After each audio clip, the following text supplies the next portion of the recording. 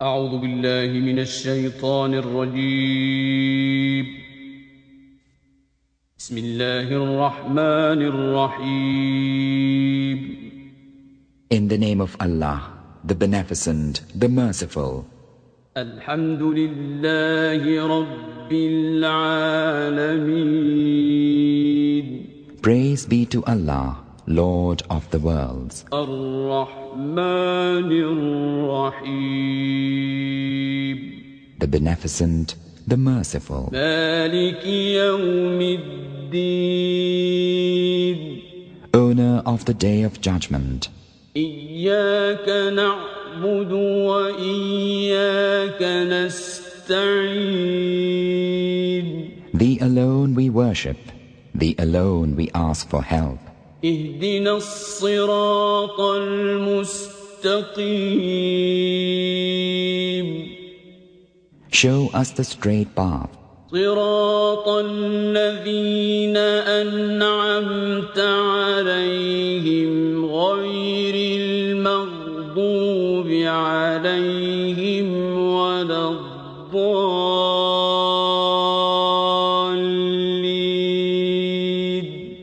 The path of those whom Thou hast favored, not the path of those who earn Thine anger, nor of those who go astray. بسم الله الرحمن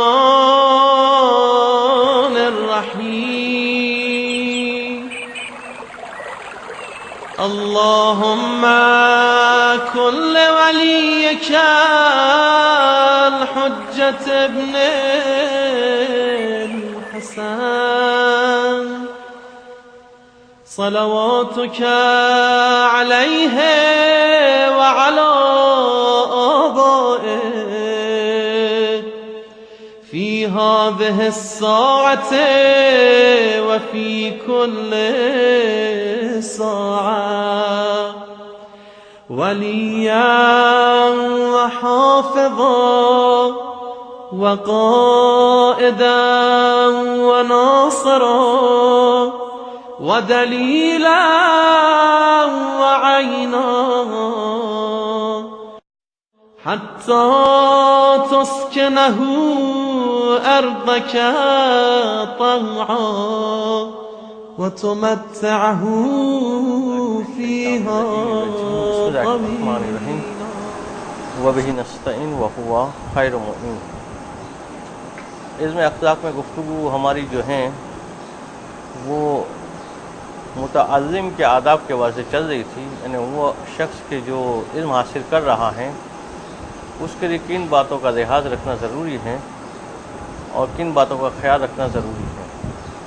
تو اس میں پہلی گفتگو بیان کی جا چکی تھی کہ جس کے اندر طالب علموں کے 3 گروہوں کا تذکرہ آیا تھا اور تینوں گروہ کی کیفیت، اور ان تینوں گروہوں کے بیان کے وقت بھی اس بات کو واضح کیا گیا تھا کہ ان علامتوں کو دیکھ کے انسان کو اپنے آپ کو پہچاننا ہے کہ میں جو ہے وہ کس گروہ میں آتا ہوں. دوسروں کو نہیں دیکھنا ہے کہ ہم جو ہے وہ دوسرے کی حرکات و سکنات کی بنیاد پہ کسی کو کسی گروہ سے منسوب کر دے، بلکہ یہ میزان و معیار بتایا اس لیے جاتا ہے تاکہ انسان جو ہے اپنے آپ کو پرکھے. اور جیسے کہ ہم نے عرض کیا تھا کہ افراد میں سے بعض جو ہے وہ سلیم الذہن ہوتے ہیں، بعض جو ہے وہ سقیم الذہن ہوتے ہیں. تو سلیم الذہن افراد کی کیفیت یہ ہوتی ہے کہ وہ اپنے اندر عیب تلاش کرتے ہیں، دوسرے کے اندر خوبیوں کو تلاش کرتے ہیں، جبکہ سقیم الذہن افراد جو ہیں وہ اپنی خوبیوں پہ خوش ہو رہے ہوتے ہیں اور دوسرے کے اندر عیب کو تلاش کر رہے ہوتے ہیں. تو اگر انسان صارم الذہن ہو، سلیم الذہن ہو، تو جب بھی کوئی معیار بتایا جائے تو اس معیار میں ہمیشہ اس کی نگاہ اپنے اوپر ہوتی ہے کہ یہ جو برائیاں بیان کی جا رہی کہیں میرے میں تو نہیں ہے، بجائے یہ دیکھنے کے کہ کسی اور میں یہ برائی ہے یا نہیں ہے.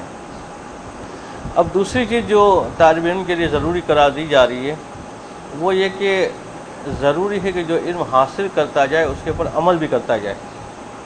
اسے اگر عمل نہیں کرے گا تو وہ حاصل ہونے والا علم اسے فائدہ نہیں پہنچائے گا. اور اس سلسلے میں جو احادیث ہیں اس کا تذکرہ ہے، اور اس کے بعد جس چیز کا تذکرہ کیا جا رہا ہے وہ اس کیفیت کا بیان ہے کہ جب طالب علم حاصل کرنے کے لیے اپنے استاد کے سامنے بیٹھے تو وہ کس انداز سے جو ہے وہ تعلم کرے گا، کس طرح سے جو ہے علم حاصل کرے گا۔ تو ان احادیث کو دیکھتے اس کے بعد جو ہے وہ خود پڑھانے والے کے آداب بیان ہوں گے کہ تعلیم جب دی جائے گی تو دینے والے کو کن باتوں کا لحاظ رکھنا ہے۔ تو دیکھیے بات پیج نمبر 88 میں جو دوسرا منہا ہے، بلکہ پہلا منہا، اما نحو تک کی حدیث پڑھی تھی ہم نے، پہلا منہا، بسم اللہ الرحمن الرحیم، وَمِنْهَا أَن يَعْمَلُوا بِمَا يَفْهَمُ وَيَعْلَمُ، کہ یہ بھی ضروری ہے کہ طالب علم جو ہے وہ عمل پیرا ہو اس بات کے اوپر کہ جو وہ سمجھا ہے اور جس کا اس نے علم حاصل کیا ہے۔ اب علم کی کیفیت کے اعتبار سے عمل ہوگا۔ علم اگر فقہ کا حاصل کیا ہے تو فقہ میں جو مسئلہ بیان کیا گیا ہے اس کے مطابق وہ عمل پیرا ہو۔ وضو سیکھا ہے تو وضو جو جس انداز سے سکھایا گیا اس انداز سے وہ کرے، نماز سیکھی ہے تو نماز جس انداز سے بیان کی گئی ہے وہ پڑھے۔ علم صرف میں عمل کیا ہوگا؟ علم صرف میں عمل یہ ہوگا کہ جو پڑھایا گیا ہے اس کے مطابق وہ پریکٹس کرے، اس کے اعتبار سے تمرینات کو حل کرے۔ علم نحو میں عمل کیا ہوگا؟ کہ جو علم حاصل کیا اس کو اپلائی کرے اور عبارات کو حل کرے علم نحو کے قوانین کے اعتبار سے۔ اسی طرح سے ہر علم کے اندر عمل کا انداز جو ہے الگ ہوگا۔ عمل کو محدود نہ کر دیا جائے کہ عمل سے مراد فقط جو ہے وہ شریعت کے جو مسائل سیکھے اس کے اوپر عمل پیدا ہونا، بلکہ ہر عمل جو ہے وہ پریکٹس مانگتا ہے۔ اگر پریکٹس انسان نہیں کرے گا تو وہ سیکھا ہوا علم جو ہے اس کے پاس سے چلا جائے گا۔ کہ فَإِنَّ مَنْ عَمَلَ بِمَا يَعْلَمُ وَرَثَهُ اللَّهُ مَا لَمْ يَعْلَمْ، اس لیے کہ اگر انسان عمل کرتا ہے ان باتوں کے اوپر کہ جس کو وہ جان چکا ہے تو پروردگار پھر اسے اس علم کا بھی وارث بناتا ہے کہ جو اس نے سیکھا نہیں ہوتا، وہ علم بھی جو ہے پروردگار اسے عطا کرتا ہے۔ تو علم جو ہے وہ عمل مانگتا ہے، عمل کرے گا تو اور چیزیں اسے حاصل ہوگی۔ جیسے عام طور پہ طالب علم مشاہدات کرتے ہیں کہ استاد نے جو ایک باب پڑھایا ہوتا ہے صرف میر کا، وہ پریکٹس کرنے کے بعد جو اسے نیا سیکھا نظر آتا ہے، وہ دیکھتے ہیں اس قانون پہ تو پورا نہیں اترتا تو وہ نئے باب کو بھی سیکھ لیتا ہے، وہ سمجھ لیتا ہے کہ یہ کسی اور باب سے تعلق ہے۔ یا علم نحو میں پریکٹس کے درمیان، یا خود مثلا جو ہے وہ کمپیوٹر کے علوم کے اندر کہ جب کسی خاص کورس کو وہ کر لیتا ہے اس کے بعد جب اس کی پریکٹس کر رہا ہوتا ہے تو وہ نئی نئی چیزیں بھی اس کو ملتی جاتی ہے کہ جو کورس میں پڑھائی نہیں گئی ہوتی ہے، نئی نئی چیزوں کا علم اسے حاصل ہوتا جاتا ہے۔ وقال الصادق علیہ السلام، صلوات پڑھیں۔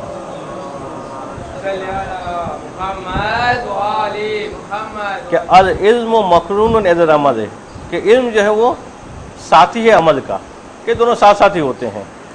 من علم عملا و من عمل علم، کہ جو علم حاصل کرتا ہے وہ عمل کرتا ہے، وہ جو عمل کرتا ہے وہ علم حاصل کر کے ہی کرتا ہے۔ اسے اگر بغیر علم حاصل کر کے عمل کرے گا تو وہ غلط ہی شمار ہوگا۔ والعلم یحتف بالعمل، علم جو ہے وہ آواز دیتا ہے عمل کو بلاتا ہے۔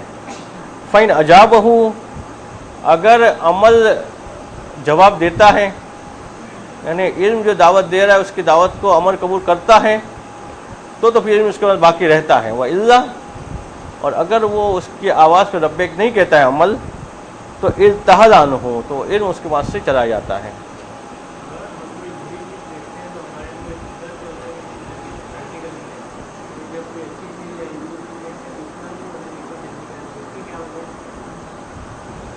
نہیں واضح ہوا سوال کیا تھا؟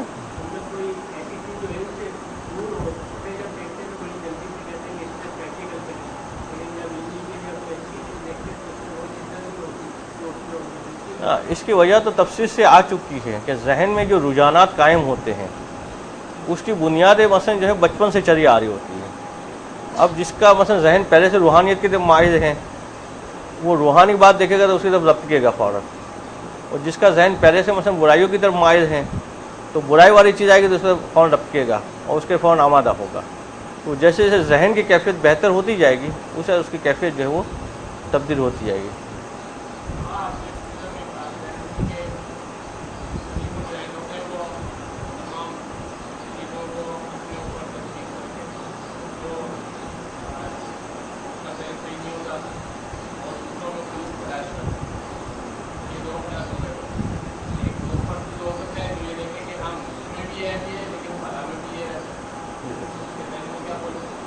ہاں یعنی اس کا مطلب آدھا سقیم الذہن ہے آدھا سلیم الذہن ہے, کامل نہیں ہوا ہے وہ. سلیم الذہن مکمل طور پر اسی صورت میں کہا جائے گا کہ اس کی عیوب میں نگاہ اپنی ذات کی طرف ہو اور اچھائیوں میں نگاہ دوسروں کی طرف ہو. دوسروں میں سے اچھائیاں تلاش کریں اور اپنے میں برائیاں تلاش کریں. البتہ یہ کہ اگر وہ دوسرے کی کسی برائی کی طرف نگاہ کر رہا ہے اس ارادے سے, یعنی وہ بھی برائی ہو جو ظاہر ہو گئی اس کے سامنے, اور چاہ رہے کہ اس کی اصلاح, وہ الگ بات ہو جائے گی. کہ میں نے دیکھ رہا کہ فلاں میں یہ برائی ہے, میں اس کو نصیحت کروں تاکہ وہ عیب جو ہے اس سے دور ہو جائے, تو اس میں نہیں کہا جائے کہ یہ سلیم الذہن نہیں ہے, مگر وہ اصلاح کے جو طور و طریقے اس کو اپناتے ہوئے کرے گا تو صحیح ہوگا. اگر 10 آدمی کے بیچ میں اس کی کوئی برائی بیان کر دے اس کو, تو اصلاح کے مقابلے میں فساد ہو جائے گا, کوئی فائدہ نہیں ہوگا اس کا. تو علم جو ہے وہ عمل کو دعوت دیتا ہے. جی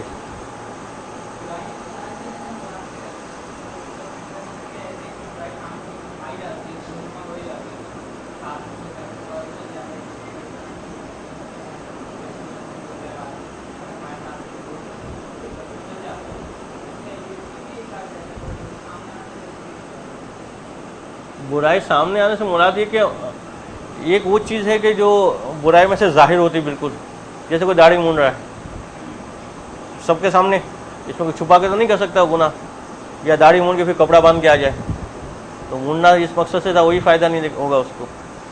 مگر بعض گناہ ایسے ہوتے کہ جو مثلا پردے کے پیچھے کر رہا ہے, تو ہم یہ نہیں کہ جستجو کریں گے, اس کی تلاش کریں گے تاکہ اس کی اصلاح کر سکے, وہ ذمہ داری نہیں ہے.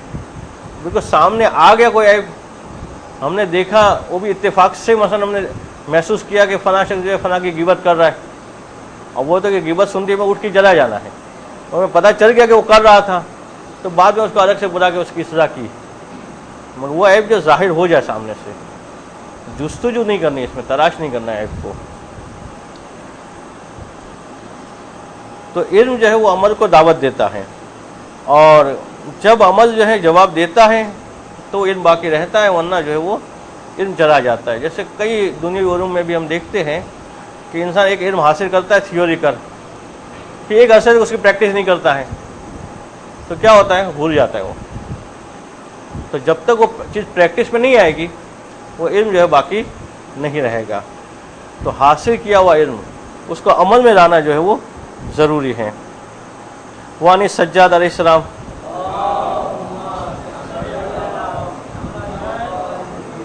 کہ چوتھے امام علیہ السلام کا فرمان کہ مکتوب فی الانجیل, کہ انجیل میں یہ بات تحریر شدہ ہے کہ لا تطلبوا بالعمل, کہ لا تطلبوا العلم ما لم تعلمون ولما تعلموا بما علمتم, کہ تم لوگ ایسے علم کو سیکھو ہی نہیں جس پہ عمل نہیں کرنا ہو. اگر عمل نہیں کرنا ہے تو ایسے علم کو سیکھو ہی نہیں, اور جب تم لوگ جو ہیں وہ عمل نہیں کرنا ہے تو اس علم کو سیکھو ہی نہیں, اور جب تم نے عمل کرنا ہے تو پہلے علم حاصل کرو, کہ علم حاصل کرنے کا مرحلہ پہلے ہوگا, عمل کرنے کا مرحلہ بعد میں ہوگا. تو پہلے انسان ڈیسائیڈ کرے کہ اسے جو ہے وہ کرنا کیا ہے, جو کرنا ہے اس کا علم حاصل کرے, وہ جو نہیں کرنا ہے اس کے علم کے پیچھے جو ہے وہ انسان اپنی عمر کو ضائع نہ کرے. بعض انسان اپنی عمر کا ایک بڑا حصہ ایسے علم کے پیچھے لگا دیتا ہے کہ جس کا اس سے کوئی فائدہ ہی نہیں ہوتا ہے عملی طور پہ. تو پہلے جو ہے انسان ان علوم کی طرف توجہ دے کہ جو اس سے فوری طور پہ ضروری ہے. جو انسان کے لیے بالغ ہونے کے بعد سب سے پہلے جو ضروری ہے وہ کیا ہے, کہ مسائل فقہ کا علم حاصل کرے, کہ ہر جگہ پہ اس کی ضرورت پڑے گی, تو اس کی جو ہے پہلے کوششوں میں لگے رہیں.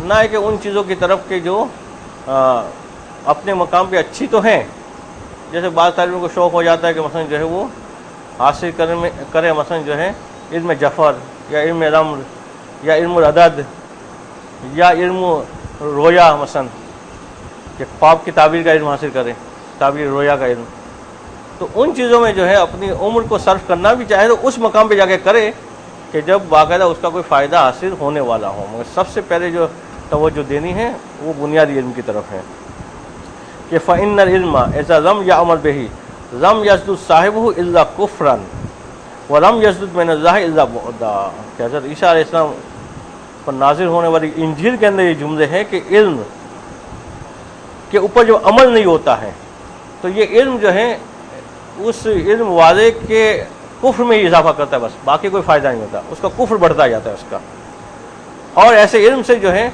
کچھ حاصل نہیں ہوتا سوائے اللہ کی دوری کے، کہ انسان جو اللہ سے دور ہوتا جائے گا باقی کچھ حاصل نہیں ہوگا۔ وعن النبی صلی اللہ علیہ وآلہ وسلم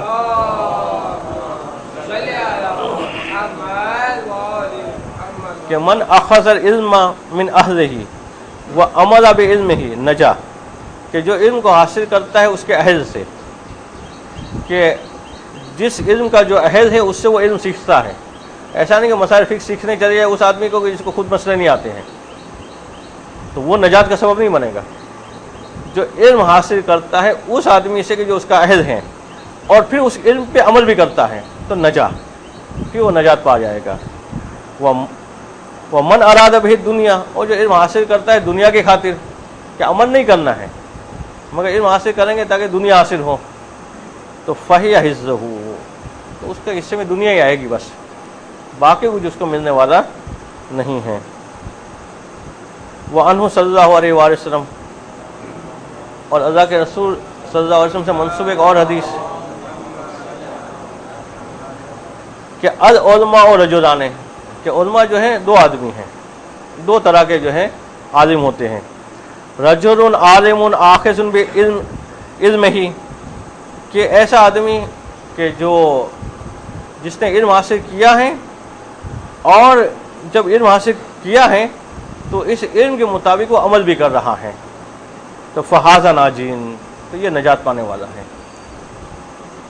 وہ عالم، اور دوسرا عالم کون سا ہے کہ تارکن لعلم ہی، اپنے علم کو چھوڑ دیتا ہے، کہ علم حاصل کیا اس کے مطابق عمل نہیں کر رہا ہے، تو فہذا ہالکون، یہ ہلاک ہونے والا ہے۔ یعنی وہ عالم کہ جس نے علم حاصل کیا اس میں عمل کیا وہ ناجی ہے، اور جس نے علم حاصل کیا مگر اس کے مطابق عمل نہیں کیا وہ جو ہے وہ ہلاک ہونے والا ہے۔ جی کون سی دو قسمیں بتائے گی زین صاحب، کون سی دو قسمیں بتائے گی عالم کی؟ ابھی جو حدیث بیان ہوئی نا کہ علماء کی دو قسمیں، کون سی دو قسمیں بیان کی؟ جی آپ بتائیں کمیر صاحب، کون سی دو قسمیں بیان ہوئی؟ جی آپ شاباش صاحب۔ جی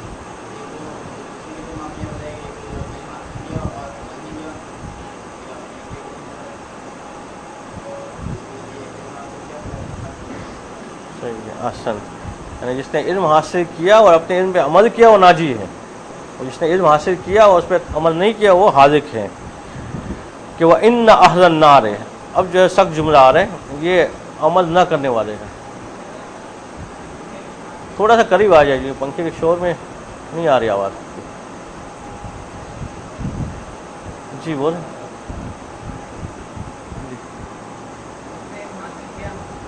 ہاں، جس نے علم حاصل کیا اور اس پہ عمل بھی کیا وہ ناجی ہے، اور جس نے علم حاصل کیا مگر اس پہ عمل نہیں کیا وہ ہالک ہے، ہلاک ہونے والا ہے۔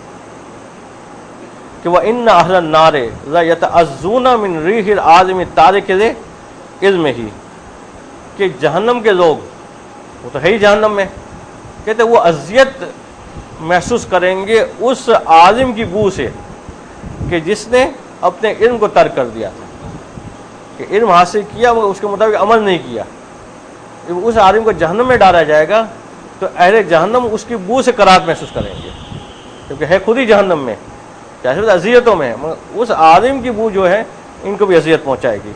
وَإِنَّ أَشَدَّ أَهْلِ النَّارِ نَدَامَةً وَحَسْرَةً رَجُلٌ دَعَا عَبْدًا إِلَى اللَّهِ فَاسْتَجَابَ لَهُ وَقَبُلَ مِنْهُ فَأَطَاعَ اللَّهَ فَأَدْخَلَهُ الْجَنَّةَ وَأَدْخَلَ الدَّاعِي النَّارَ بِتَرْكِ عَمَلِهِ۔ یہ عام طور پر پریکٹیکلی ہم اپنے معاملات میں بھی دیکھ سکتے ہیں کہ جہنم میں سب سے زیادہ ندامت کرنے والا شخص کون سا ہوگا؟ سب سے زیادہ جس کو حسرت ہوگی جہنم میں. کہتے ہیں جہنم میں سب سے زیادہ حسرت کرنے والا اور ندامت کرنے والا وہ مرد عظیم ہوگا کہ جس نے اپنے علم کی بنیاد پہ لوگوں کو دین کی طرف بلایا، اس کی بات سن کے لوگ دین کی طرف آئے، اس کی دعوت کو قبول کیا اور نیک بن گئے وہ، اور ان کی نیکی کی وجہ سے پروردگار اس کو تو جنت میں ڈالے گا. مگر اس کو دعوت دینے والے عالم نے خود عمل نہیں کیا اپنے علم پہ، اور جس کی وجہ سے وہ جہنم میں چلا گیا. تو وہ سب سے زیادہ حسرت میں ہوگا کہ یہ لوگ کہ جن کو میں نے نمازیں سکھائی تھی، جن کو میں نے روزہ رکھنا سکھایا تھا، جن کو میں نے مثلا فکر سکھائی تھی، وہ تو نجات یافتہ ہو گئے اور میں خود جو ہے وہ جہنم میں ہوں. جی سکھایا جی سکھایا اس کا اجر اس کو فائدہ نہیں دیا جب اس نے خود عمل پیرا اس پہ وہ نہیں ہوا تھا، یا وہ اجر اس کا اتنا کم ہوا کہ اس کے مقابلے اس کا خود کا گناہ جو ہے زیادہ بھاری ہو گیا. نتیجہ یہ ہوگا کہ پروردگار خام کا کسی کو جہنم میں نہیں ڈالے گا. تو یقیناً وہ اجر اس کا دب گیا یا اس کا اجر قبول ہی نہیں ہوا.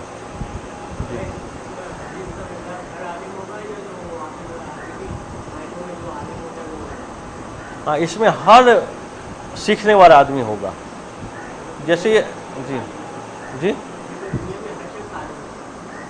دنیا کا ہر شخص جو تھوڑی بہت چیزیں جانتا ہے لغوی معنی کے اعتبار سے وہ عالم ہے.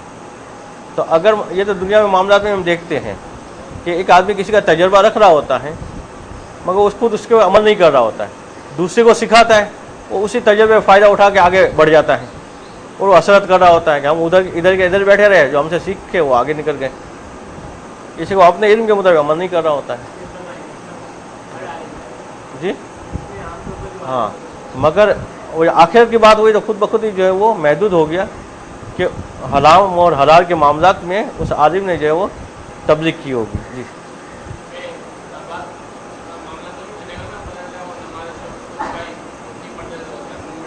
مستبات میں نہیں ہوگی، واجبات میں ہوگی، واجبات میں ہوگا. مستبات کے ترک کی وجہ سے وہ جہنم میں تو نہیں جائے گا. تو بات وہی واجبات کی طرف ہے.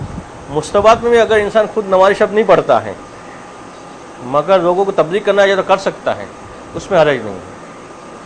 مگر یہ کہ واجبات میں خود اس میں بھی مثلا تبلیغ کرے گا اثر اتنا نہیں ہوگا خاص، مگر کرنے کی بھی اجازت ہے اس کو کہ کر سکتا ہے مستبات میں. تو یہ عالم سب سے زیادہ ندامت اور حسرت کے عالم میں ہوگا کہ جس نے بندوں کو اللہ کی طرف دعوت دی، فاستجاب لہ، تو لوگوں نے اس کی دعوت کو قبول کیا اور اللہ کی اطاعت کی، تو فاطاع اللہ کی اطاعت کی، فادخلہ الجنہ، تو پروردگار عالم نے اس اطاعت کی وجہ سے اس کو جنت میں ڈالا. وہ ادخل الداعی، اور یہ جو دعوت دینے والا تھا اس کو داخل کیا النار، جہنم میں، بترک عمل ہی، اس کے عمل کو چھوڑ دینے کی وجہ سے، وہ اتباع الہوا و طول العمل، اور خواہشات کی پیروی کی وجہ سے اور لمبی لمبی امیدیں لگانے کی وجہ سے کہ آج سے مثلا جو ہے وہ 10 سال بعد کیا کرنا ہے اس کی امیدیں لگا رہا ہے دنیا کے اعتبار سے، کہ لمبی لمبی امیدیں، لمبی لمبی خواہشات کی وجہ سے. نتیجہ کیا ہوتا ہے جب انسان خواہشات کی پیروی کرتا ہے، اتباع ہوا کرتا ہے، کہتے ہیں اما اتباع الہوا فیصد عن الحق، کہ جب ہوا و ہوس کی پیروی کرتا ہے تو حق کا راستہ اس کے بند ہو جاتا ہے. اور جب وہ لمبی امید کرتا ہے تو اس کا نتیجہ کیا نکلتا ہے کہ وہ طول العمر ینصر آخرہ، کہ لمبی امیدیں جو ہے آخرت کو بلا دیتی ہیں. انسان کی تو خاص میں مومن کے تو کہا گیا ہے کہ جب وہ نماز پڑھے تو اپنی نماز کو آخری نماز سمجھ کے پڑھے، ہو سکتا ہے اس کے بعد جو مرنے کا ہی ہو، تو لمبی امید کی کوئی گنجائش ہی نہیں ہوگی. مگر لمبی امیدیں رکھے گا، نتیجہ یہ ہوگا کہ آخرت کو بھول جائے گا. اب اس کے 10 سال بعد کی پلاننگ ہے، اس کا مطلب سمجھ جائے 10 سال تک تو مرنا ہے نہیں ابھی، دنیاوی اعتبار سے 10 سال کی پلاننگ ہے. تو 10 سال تو بے فکر کہ ابھی مثلا اس عمر میں تو کہاں موت آئے گی، جبکہ انسان کو ہر لمحے آمادہ ہونا ہے کہ اگلے لمحے پتہ نہیں وہ زندہ ہوگا یا نہیں ہوگا. تو یہ وہ مقام تھا کہ جہاں پہ عمل کی اہمیت کو بیان کیا گیا کہ طالب علم کے ضروری ہے کہ جو سیکھتا جائے اس کو عمل میں لاتا جائے، چاہے وہ شرعی علوم ہو تو اعمال کے اعتبار سے، یا دیگر علوم ہیں تو اس کو پریکٹس اور تمرینات کے حوالے سے.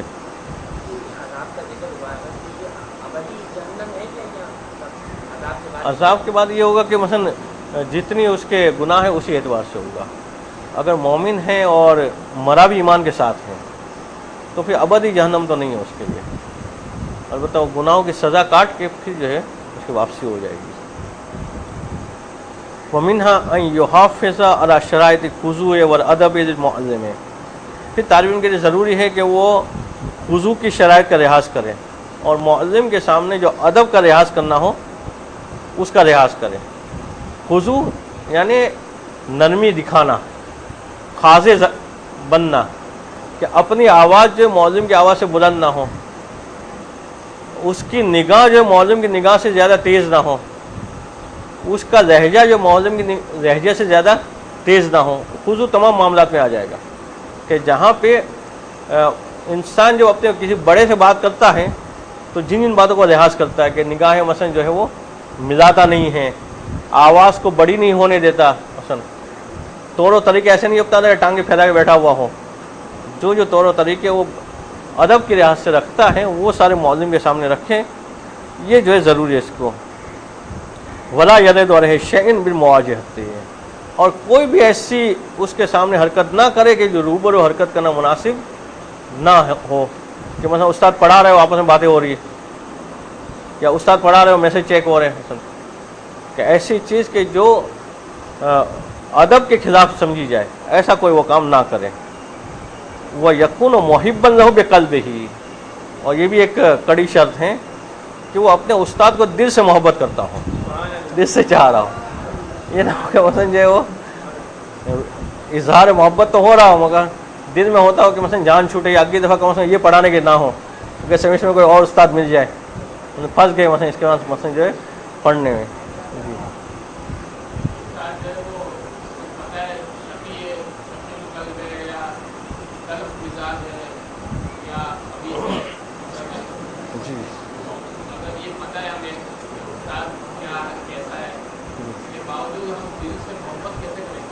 جی جی دیکھیے، اگر ہم سمجھتے ہیں کہ استاد اچھا نہیں ہے، ٹھیک ہے، تو پھر اس کے یا تو پڑھنا نہیں چاہیے، اور اگر پڑھنا ہے تو ان شرائط کا لحاظ رکھنا چاہیے.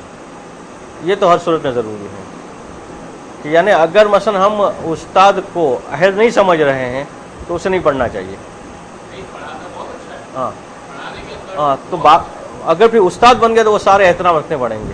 یہی جو آپ نے اوصاف بیان کیا، اگر انسان کے اپنے والد میں ہوتے تو کیا کرتا وہ، وہی والی چیز اس کو استاد کے ساتھ کرنی پڑے گی. اب آگے استاد کا بھی آئے گا کہ وہ کیسا اس کو نرمی دکھانی وغیرہ پڑھاتے وقت، مگر بالفرض وہ نہیں ان شرائط پہ عمل نہیں کرتا ہے، پھر بھی شاگرد کی تو ذمہ داری ہوگی کہ اپنے شرائط پہ عمل کرے. اس میں وہ کوئی ایگریمنٹ والا نہیں ہے کہ مثلا جو ہے وہ سامنے والا یہ کرے گا تو ہی مجھے کرنا ہے. اس کو اپنے وظائف انجام دینے، اس کو اپنے وظائف انجام دینے. یہ اپنے وظائف کے اعتبار سے مسئول ہے، وہ اپنے وظائف کے اعتبار سے مسئول ہے، تو اس کو اپنی ذمہ داری تو پوری کرنی ہے. ولا ینسی حقوق ہو، اور استاد کے حق کو جو فراموش نہ کریں. اور پھر اب جو ہے باپ سے آگے کی بات آ رہی ہے کہ انہ والدہ معنوی اور روحانی، اس سے کہ یہ استاد جو ہے وہ باپ ہیں اور معنوی اور روحانی باپ ہیں. اور انسان کے 3 باپ بیان کیے گئے کہ وہ اعظم الآباء الثلاثہ. انسان کے جو 3 باپ بیان کیے گئے، سب سے بڑا باپ یہ ہے استاد، جو سب سے بڑا باپ بیان. 3 باپ کون کون سے بیان کیے گئے؟ ایک تو وہ باپ ہے انسان کا کہ جس کے ذریعے سے وہ اس دنیا میں آیا، جو اس کی دنیا میں آنے کا سبب بنا. دوسرا باپ روایات میں جو ہے سسر کو بھی کہا گیا ہے کہ وہ آدمی بھی اس کا باپ قرار پائے گا کہ جس نے اپنی بیٹی جو ہے اس کو دی ہے. اور تیسرا وہ باپ کہ جو اس کو تعلیم دیتا ہے. 3 باپ بیان کیے انسان کے، اس میں سب سے بڑا باپ جو قرار دیا گیا وہ استاد کو قرار دیا ہے کہ جو اس کی معنوی اور روحانی تربیت کرتا ہے. تو یہ تینوں باپوں میں جو ہے وہ ایک سلوات پڑے ہوں گے.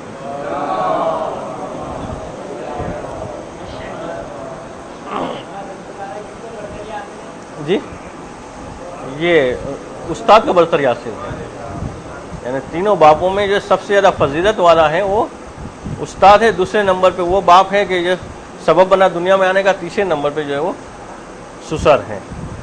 تو ان تینوں باپوں کا احترام ضروری ہے، مگر ابھی جو ہے وہ ایک باپ کا تذکرہ یہاں پہ آ رہا ہے. جی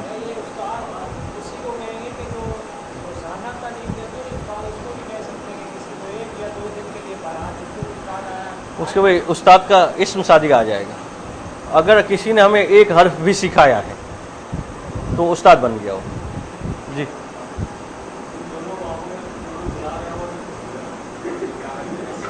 جی جی جی شریعت سے پوچھیں گے کہ کیا کرنا ہے اس میں، شریعت جس کا کہے اس کے آواز پہ ربے کہیں گے۔ جی جی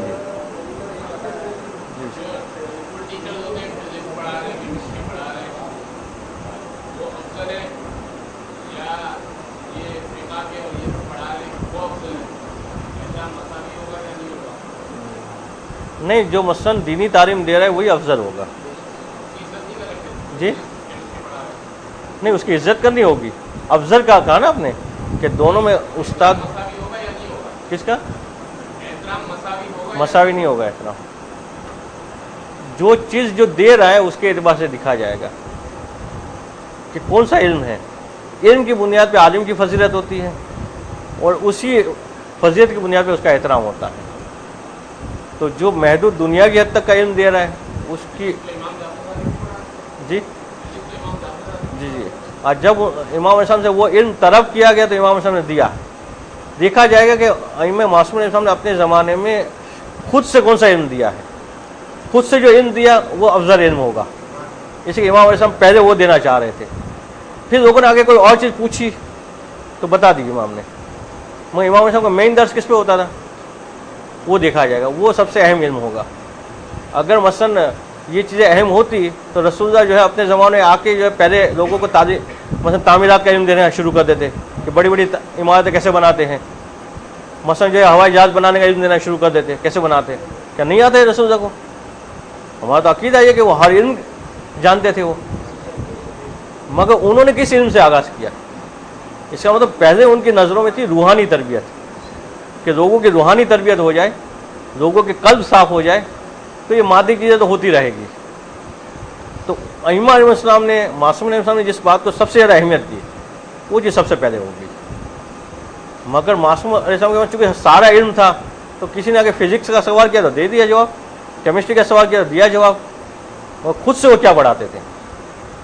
تو خود سے ان کے درس میں انہوں نے جو ہے اپنے قریب ترین اصحاب کو کیا چیز پڑھائی، زرارہ کو کیا علم دیا، محمد بن مسلم کو کیا سکھایا، ان کو اہم ترین علم دیا تو وہ یہی والا دیا، تو اسی اعتبار سے اس کی جو ہے اہمیت ہو جائے گی۔ جی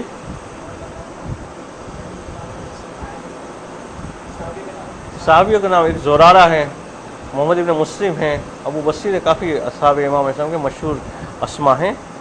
خیر ابھی جو ہے اس کو تھوڑا دیکھ لیتے ہیں، ٹائم جو ہے وہ کافی نکل گیا۔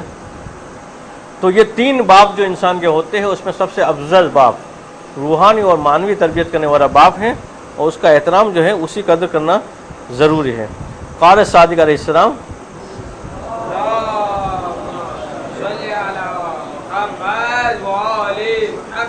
کہ اطلبوا العلم وتزینوا معه بالحلم والوقار، کہ تم لوگ علم کو حاصل کرو اور اس کے بعد علم کو زینت دو، حلم اور وقار کے ذریعے سے۔ جیسے انسان ایک گاڑی خریدتا ہے، گاڑی خریدنے کے بعد اس کے اوپر زینت بھی کرنا چاہ رہا ہے، خاص طور پہ جو شروع میں بچے سائیکل لیتے ہیں تو اس کو سجاتے بجاتے ہیں، اسے شروع میں مثلا ٹائم بھی کافی ہوتا ہے اور شوق بھی ہوتا ہے ان چیزوں کا، بعد میں جو ہے وہ فرصت نہیں ہوتی ان چیزوں کی۔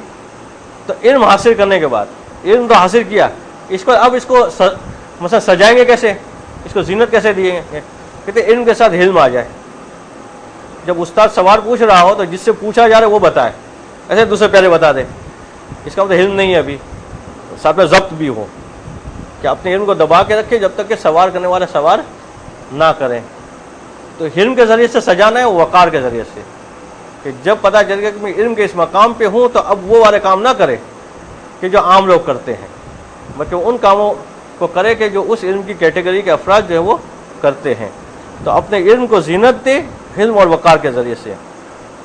وَتَوَاضَعُوا لِمَنْ تَعْلَمُونَ عِلْمًا، اور تواضع سے پیش آئے ان لوگوں کے سامنے کہ جو ان سے علم سیکھ رہے ہیں، اکڑے نہیں ان کے سامنے، یہ ظاہر نہ کرے کہ یہ سب جو ہے مثلا ان کو کچھ آتا ہی نہیں، مجھے ہی آتا ہے سب کچھ، بلکہ ان کے سامنے بھی تواضع سے پیش آئے وہ تواضع لمن طلبتم منہ علما، اور ان افراد کے سامنے بھی تم تواضع سے پیش آؤ کہ جس سے علم سیکھتے ہو، اس کے سامنے بھی تواضع کرو.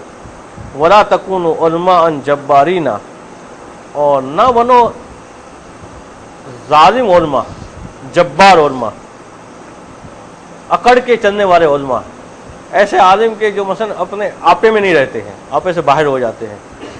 کہ وَيَذْهَبُ بَاطِلُكُمْ بِحَقِّكُمْ، نتیجہ یہ ہوگا کہ اگر مثلا ایسے ہو گئے تو نتیجہ یہ ہوگا کہ اس کا باطل جو ہے، مطلب مخاطب ہے، تمہارا باطل جو ہے وہ ضائع ہو جائے گا.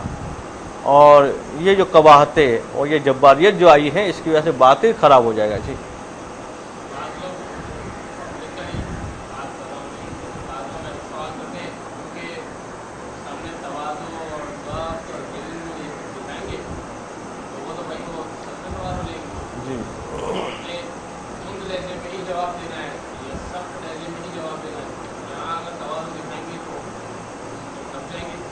نہیں دیکھیں، لوگ ہمیں دیکھنا پڑے گا کہ وہ معاشرے کے افراد میں سے ہیں. جب وہ سوال کریں گے تو بعض لوگوں کو تو اپنا سوال بنانا بھی نہیں آتا ہوتا ہے. وہ اصل سوال سے پہلے تمہیدات اتنی باندھتے ہیں، وہ اصل سوال اس میں چھپا ہوا ہوتا ہے کہیں. ٹھیک ہے، مگر ہمیں جو ہے اپنے اعتبار سے علم کے ساتھ ہی پیش آنا پڑے گا اس کے ساتھ. اور کوئی بھی ایسا لہجہ نہیں اپنا سکتے کہ جو اس کے مثلا درازاری کا سبب بنے، یا آئندہ اس کو سوال کی ضرورت ہی نہ ہو. یہی تو کمال ہے، ورنہ اگر سوال کا جواب دینا یہ کوئی بڑا کمال نہیں ہے. سامنے والے کی حیثیت کو دیکھ کے، اس کے مثلا برے ادب کو بھی دیکھ کے ہم جب ہے اس کے سوال کے جواب دیں. یہ تو جب معاشرے میں ہم جائیں گے تو بہت سارے مسائل پیش آئیں گے اس طرح کے، کہ بعض تو مثلا ایسے سوال کرنے آئیں گے کہ وہ شاید ہمیں سکھانا چاہ رہے ہو.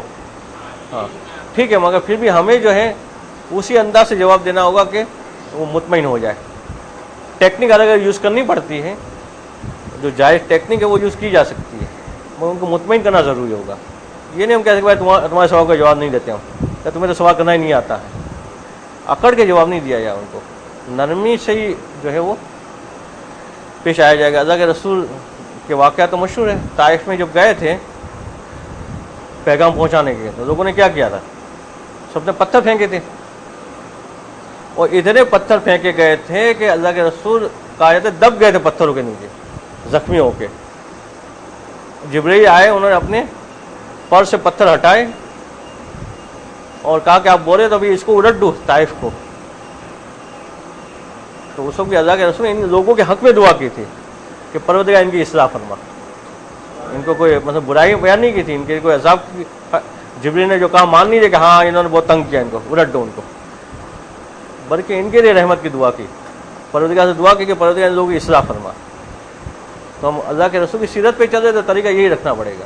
ہم کسی ماحول اور معاشرے میں جائیں گے، جب جہالت زیادہ ہوتی ہے تو لوگوں کے ذہن میں عجیب و غریب باتیں ذہن میں بیٹھی ہوئی ہوتی ہے.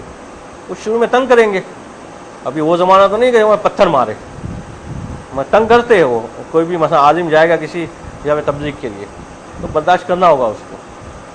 پھر وہ زمانہ آئے گا جب اللہ کے رسول فتح مکہ سے پہلے جب وہ فوج لے کے آئے تھے سلح حدیبیہ کے موقع پہ، تو یہ عالم تھا کہ مثلا جو ہے اللہ کے رسول وضو کرتے تھے، اور وضو کے پانی کا ایک قطرہ اصحاب نیچے نہیں گرنے دیتے تھے، کہ تبرک کے طور پر وہ بھی قطرہ اٹھا لیتے تھے کہ اللہ کے رسول کا وضو کا کیا ہوا پانی بھی جو ہے نیچے نہ گرنے والا. تو یہ کیفیت کب آئی؟ پہلے دن تو نہیں آئی. وہ جو پتھر مار رہے تھے اب یہ اتنے چاہنے والے بن گئے کہ وضو کے پانی کے قطرے کو نیچے نہیں گرنے دے رہے. تو ان مراحل سے گزرنے کے بعد ہی جو ہے وہ کسی مقام پہ پہنچ پاتے ہیں. اس کے بعد حاضہ وقد اشرنا سابق نے ان لازم لكل متعلم ان یطهر نفسه اولا من رذائل الاخلاق وذمائم الاوصاف باسرها. اور یہ ساری باتیں اپنے مقام پہ. اس کے علاوہ پہلے ہم یہ بھی بیان کر چکے ہیں کہ طالب علم کے ضروری ہیں کہ اپنے قلب کو اخلاق کی تمام پستیوں سے اور تمام پست صفاتوں سے جو ہے پاک کریں. کہ از ما لم یجرد لوح نفسه عن النقوش ردیت لم تشرق علیہ رمعات و انواع علم و حکمت من الواح العقول فعالیت قدسیت. کہتے یہ بات تو طے ہے کہ کہ جب تک انسان اپنے قلب کو پاک نہیں کرے گا، قلب سے خرابیاں دور نہیں ہوگی، تب تک جو ہے علوم الہی کے شعلے اور حقیقی علم اس کی چمک جو ہے اس قلب پہ نہیں آ سکے گی۔ تو یہ والی چیز تو تعلیم کے ہر حال میں ضروری ہے، کہ جس کا بیان پہلے بھی آ چکا ہے، کہ اگر وہ چاہتا ہے کہ علم الہی اس کے قلب پہ اثر انداز ہو، جو علم حاصل کرتا ہے اس کا اثر بھی اس کے جسم میں ظاہر ہونے لگے، اس کے زبان پہ ظاہر ہونے لگے، اس کے اعضاء و جوارح میں ظاہر ہونے لگے، اس کی زبان پہ ظاہر ہونے لگے، تو قلب کو پہلے پاک کرنا ضروری ہے۔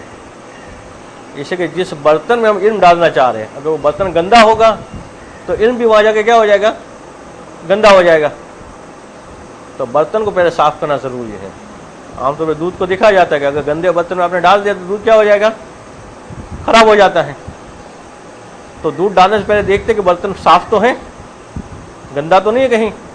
تو جب علم کو ڈالنا ہے جس قلب کے اندر، تو قلب کو دیکھنا پڑے گا پہلے کہ یہ قلب میں کوئی گندگی تو نہیں ہے۔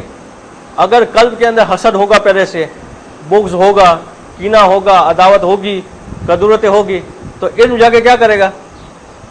علم بھی گندا ہوگا اور حسد کے نئے طریقے سیکھے گا انسان، نئی قسم کی کدورتیں آئے گی۔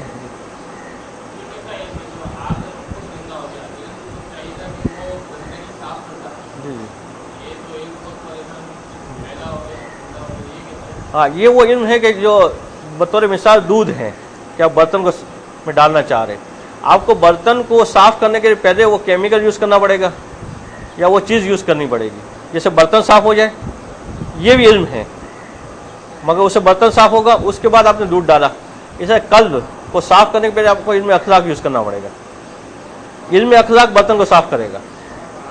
جب برتن صاف ہو جائے گا پھر دوسرے علوم اس کے اوپر آ سکتے ہیں، تو وہ علوم جا کے فائدہ پہنچائیں گے۔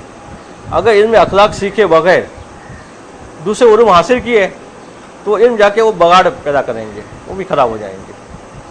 تو علم، سارے علم جو اپنے اپنے کام کریں گے۔ علم اخلاق کا کام ہے دل کے برتن کو صاف کرنا، قلب کو صاف کرنا۔ وہ صاف کر دے گا، پھر دوسرے علوم آ کے بہترین فائدہ پہنچائیں گے۔ پھر انسان بہترین علم کلام کا عالم ہوگا، بہترین فقہ کا عالم ہوگا، دوسرے علوم کا بہترین عالم بن سکے گا۔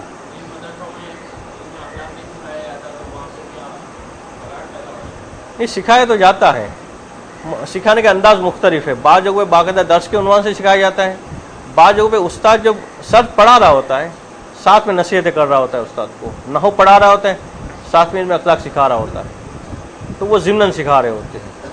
عام طور پہ ہر استاد کی کوشش ہوتی ہے کہ اپنے شاگردوں کی روحانی تربیت کرے وہ۔ تو روحانی تربیت کے بعض مدارس پہ خصوصی درس رکھا جاتا ہے، درس اخلاق، بعض جگہ پہ خصوصی نہیں رکھا جاتا، مگر استاد کو یہ کہا گیا ہوتا ہے کہ آپ کو ساتھ ساتھ طالب علم کی روحانی تربیت بھی کرنی ہے۔ اسے درس کے درمیان بھی کوئی واقعہ سنا دے گا، کوئی حدیث بیان کر دے گا، کوئی ایسی بات بیان کر دے گا جس سے روحانی تربیت ہو۔ اب یہاں تک کی بات تو تھی یہ طالب علم کے حوالے سے تھی، اب استاد کے حوالے سے کہ تعلیم دینے والے کے آداب کیا ہیں۔ اب اس کا شروع کرنے کا فائدہ نہیں ہے، 3-4 منٹ بچی ہیں، اگلے درس میں انشاءاللہ شروع کریں گے۔ صلوات پڑھیں۔